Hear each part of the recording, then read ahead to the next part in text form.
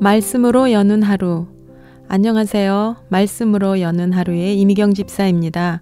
오늘은 에스겔서 15장 1절에서 8절의 말씀을 함께 나누시겠습니다. 하나님의 말씀입니다. 여호와의 말씀이 내게 임하여 가라사대 인자야 포도나무가 모든 나무보다 나은 것이 무엇이랴. 삼림 중 여러 나무 가운데 있는 그 포도나무 가지가 나은 것이 무엇이랴. 그 나무를 가지고 무엇을 제조할 수 있겠느냐.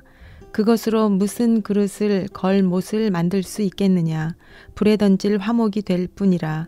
불이 그 두 끝을 사르고 그 가운데도 태웠으면 제조에 무슨 소용이 있겠느냐. 그것이 온전할 때에도 아무 제조에 합당치 않았거든.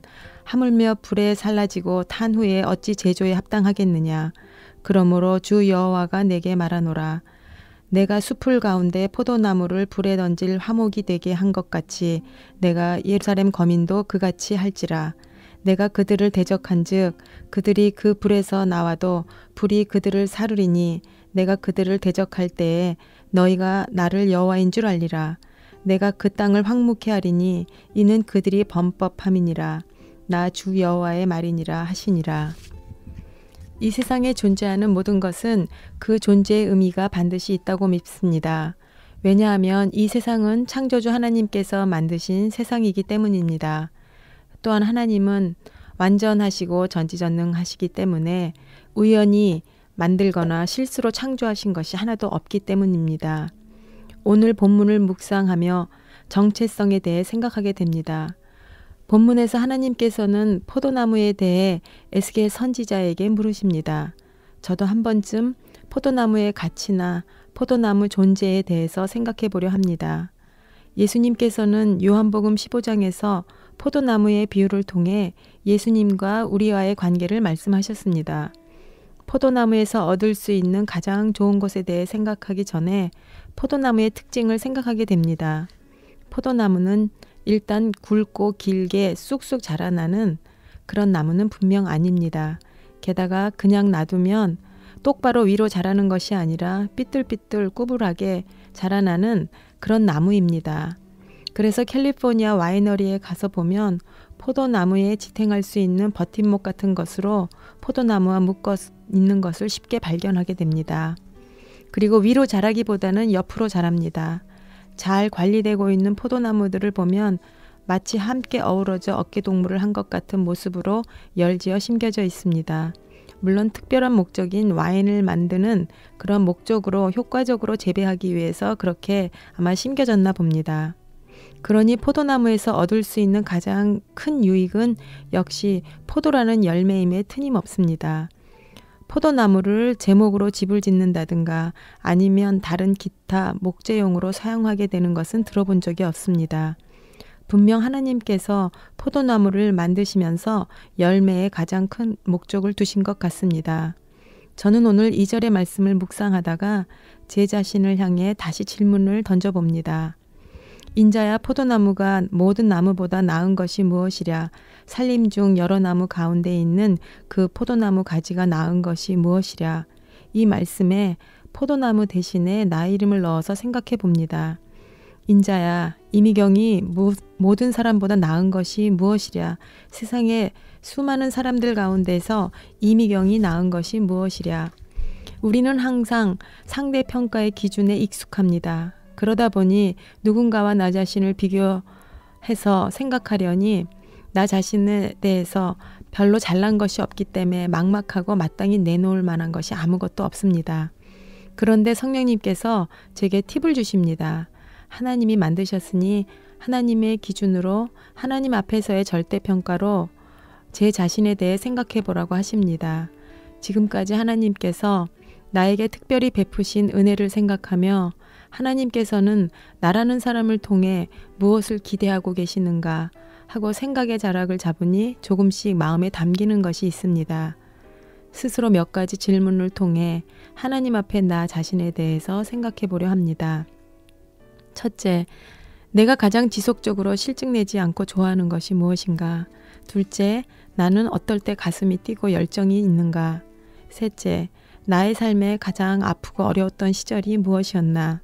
넷째, 이웃들이 나에게 가장 공통적으로 칭찬하는 것이 무엇인가? 이렇게 몇 가지 질문을 나 자신에게 하면서 하나님의 나를 향한 뜻과 기대를 오늘까지는 이런 거라고 정리해보고 싶어집니다. 나의 삶 가운데 가장 지속적이고 실증내지 않고 좋아하는 것이 있다면 그것은 아마 하나님의 말씀을 배우고 묵상하고 정리하는 것일 겁니다. 저는 책 읽는 것을 별로 좋아하지 않습니다. 그런데 하나님의 말씀을 풀어주는 그런 책을 발견하면 궁금하고 읽어보고 싶어집니다. 그리고 하나님의 말씀을 묵상하다가 그 말씀이 깨달아질 때 가슴이 너무 뛰고 누군가에게 나누고 싶습니다. 마치 보물을 발견한 것 같은 기쁨이 내 안에 가득 차오르기 때문에 나누지 않으면 터질 것 같기 때문입니다. 이런 나의 고백은 분명 하나님 안에서 나란 존재에 대해서 생각하는 것이지 누구와 비교해서 상대 평가로 하는 것은 아닙니다. 나의 지나간 시절의 아픔은 사춘기 아들과 함께 걸어가야 했던 길고도 먼 여정 같습니다. 난 아들과 함께 걸어갔던 사춘기 시절의 홍역 같고 폭풍우 같았던 시간들을 한 번도 후회해 본 적이 없습니다. 어쩌면 그 당시 가장 거셌던 시절엔 수많은 눈물을 하나님 앞에 뿌리며 기도했던 것 같습니다. 그러나 그런 과정을 통해서 나라는 사람의 못되고 건방지고 그릇된 기준들이 한꺼풀 한꺼풀 벗겨지는 시간이었고 하나님 앞에 간절했고 그나마 많이 낮아지고 겸손해지는 시간이었던 것 같습니다. 뒤돌아보면 아들보다는 오히려 철딱선이 없는 저를 다듬어 가시는 시간이었음을 고백하게 되면서 아들한테 미안하고 또 하나님께 죄송할 따름입니다. 이제 조금 철이 들어 벗어나고 나니 요즘 제가 겪고 있는 또 다른 영역의 어려움이 있습니다. 아픈 자들을 향한 긍휼의 마음을 배우고 있는 중입니다. 작년과 올해 들면서 생각지 않게 이곳저곳 많이 아프면서 아픈 이웃들이 내 마음 안에 들어옵니다. 통증이라는 것이 얼마나 힘든 것인지 정말 예전에 아프기 전에는 몰랐습니다. 작년법에는 팔목이 부러져 고생을 하다가 웬만해지니 허리 디스크로 거의 1년 가까이 고생을 했습니다. 요즘 또 살만하니 지난주에는 갑자기 왼쪽 허리 부분이 너무 아파서 병원에 갔더니 콩팥에 돌이 있어서 그렇다고 강한 진통제 처방을 받았습니다. 돌이 빠져나오기까지 물을 많이 마시라는 의사의 지시에 따라 물을 마시는데 평상시 그렇게 달던 물도 막상 아파서 처방으로 많이 마시려니까 그것도 쉽지가 않습니다.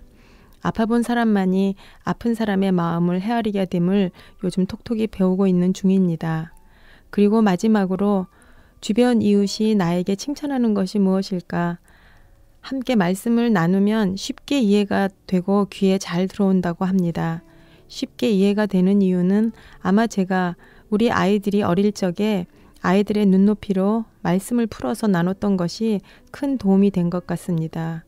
어쩌면 내 아이들이기 때문에 더 간절했고 절절히 나누려고 애를 썼던 것 같습니다. 오늘은 이렇게 지난날 내가 어땠는지를 생각하다 보니 또 하나님 아버지께 감사하게 됩니다.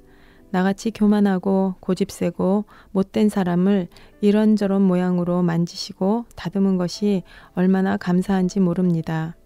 요즘 에스겔서의 말씀을 묵상할 때마다 저는 제 자신을 너무 많이 못된 이스라엘 백성들의 모습을 통해서 발견하게 됩니다.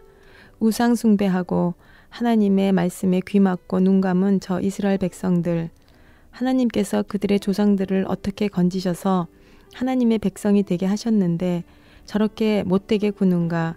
예전에는 그런 이스라엘 백성들의 죄악이 나와는 상관없는 모습으로 보였습니다.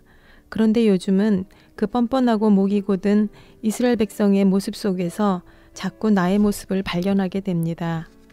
하나님 아버지는 계속 선지자 에스겔을 통해 이스라엘 백성들에게 말씀하시지만 이스라엘 백성들은 듣지 않습니다. 그런 이스라엘 백성과 똑같은 제가 요즘은 조금 달라지고 있다는 마음이 듭니다. 그렇게 나와 상관없던 말씀이 제게 하시는 말씀으로 들리기 때문입니다. 이것이 하나님의 은혜가 아니고 무엇이겠습니까? 하나님 아버지 진심으로 감사합니다. 저같이 못되고 죄인이었던 자를 불러서 자녀 삼아 주실 뿐만 아니라 이제는 하나님의 말씀을 따라 살고 싶은 그런 철든 마음을 주시니 감사합니다. 하나님 아버지, 부족하지만 이제는 진심으로 아버지가 기뻐하시는 뜻을 깨닫고 순종하며 뜻에 따라 사는 그런 성숙한 아버지의 딸이 되기를 기도합니다. 예수님의 이름으로 기도드립니다. 아멘. 지금까지 이미경 집사였습니다. 감사합니다.